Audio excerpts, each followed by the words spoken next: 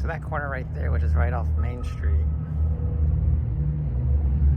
that was where Clever Comedies was located. It's a laundromat, and there are a bunch of people out, so. But it was right there.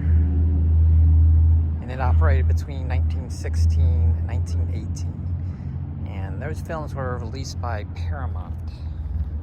And then right here, coming this side, right next to their studio was Thanhouser. Thanhouser first made films in Jacksonville in 1912. It was 1915 in December. They built a studio right here. Studio ended up closing in 1917.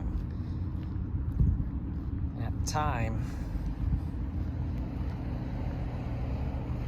they didn't think much of the films. They didn't think they had lasting value, so they had them destroyed. So a bunch of Thanhouser films are lost because of that. But the studio building stood here, and next to that building that's sitting there, was the office building. And that building, you can see in old photos right next to it. We got two studio buildings right here. I'm gonna go across the street where there was a third. All right, so coming up here coming up behind it is the Henry J. Clutho residence. He was an architect who came down to Jacksonville after the fire. Now supposedly there was 3 homes here. There's only 2 now. This first one is gonna be his private residence, but he built and designed all 3 of these.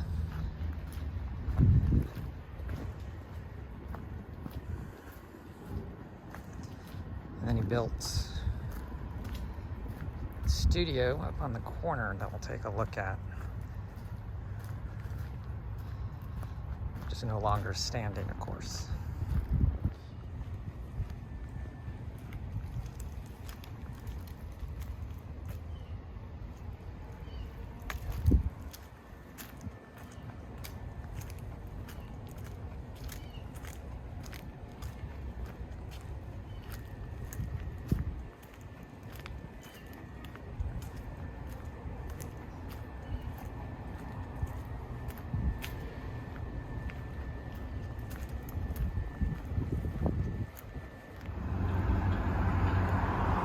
This is Henry J. Clutho, 1873 to 1964, arrived in Jacksonville following the Great Fire of 1901. It's destroyed most of the city's downtown. A talented and prolific architect, he's known for designing many of Jacksonville's most iconic historic buildings. Clutho was influenced by Frank Lloyd Wright and his philosophy of architecture, which became known as the Prairie School style. It's hard to read it. I got the sun right in my eyes. Clutho brought this style of architecture to the Deep South. His personal residence, also built in the Prairie School style, was identified as the first modern house in the South. Clutho adopted Jacksonville as his home and lived in the house he built in 1908 until his death at the age of 91. The house was moved from North Main Street to 30 West 9th in 1925. It still stands as a private residence. Clutho's grandest architectural achievement was the St. James Building, built in 1910 for Jacob and Morris Cohen. The building, which covers an entire city block, is considered one of Jacksonville's most significant architectural works. Located at 117 West Duval Street, has been restored and now operates as City Hall. Many Clutho designed buildings in downtown Jacksonville still stand today and are listed in the National Registry as historic places. During the early 1900s, Jacksonville became known as the world's winter film capital. From 1910 to 1920, more than 30 silent film companies set up shop, and hundreds of films were produced. Clutho also played a part in the history of filmmaking in Jacksonville as companies began leaving for Hollywood and other locations. Clutho sought to keep the industry alive in Jacksonville. In 1917, he invested his own money to build a state-of-the-art studio complex behind his home in the Clutho apartment building next door at 1830 North Main Street. Built in 1913, the luxury apartments housed film stars who worked at the studios. The apartments featured gold leaf leaded art glass windows, French doors, and 3-story light well. The building was nearly lost to arson in 1993. However, due to the tireless work of local preservationists, it was saved and restored.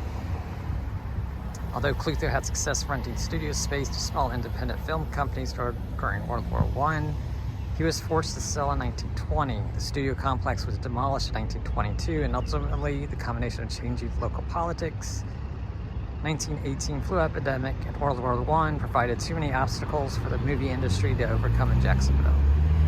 That's one of the only historical landmarks showing there's a film history here. And this is where the studio sat on this block. And those are the apartments. Of course, right across the street, that was Clever was, and that was where Thanhauser was, so. These apartments are still in use today. And this is the St. James building.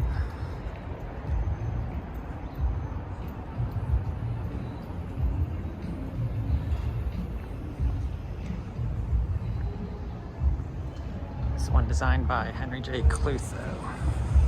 Currently City Hall.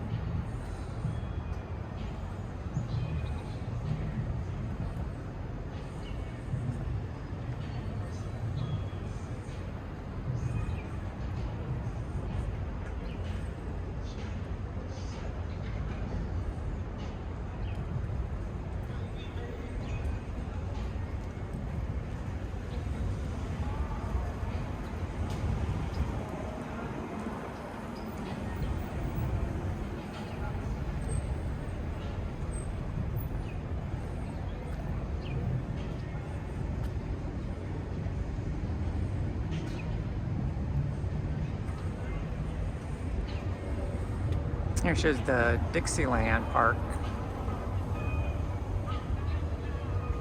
as well as the ostrich farm.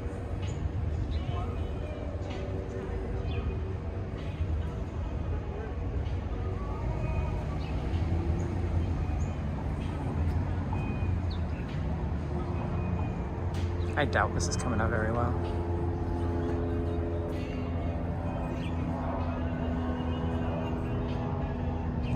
With the sun beating down.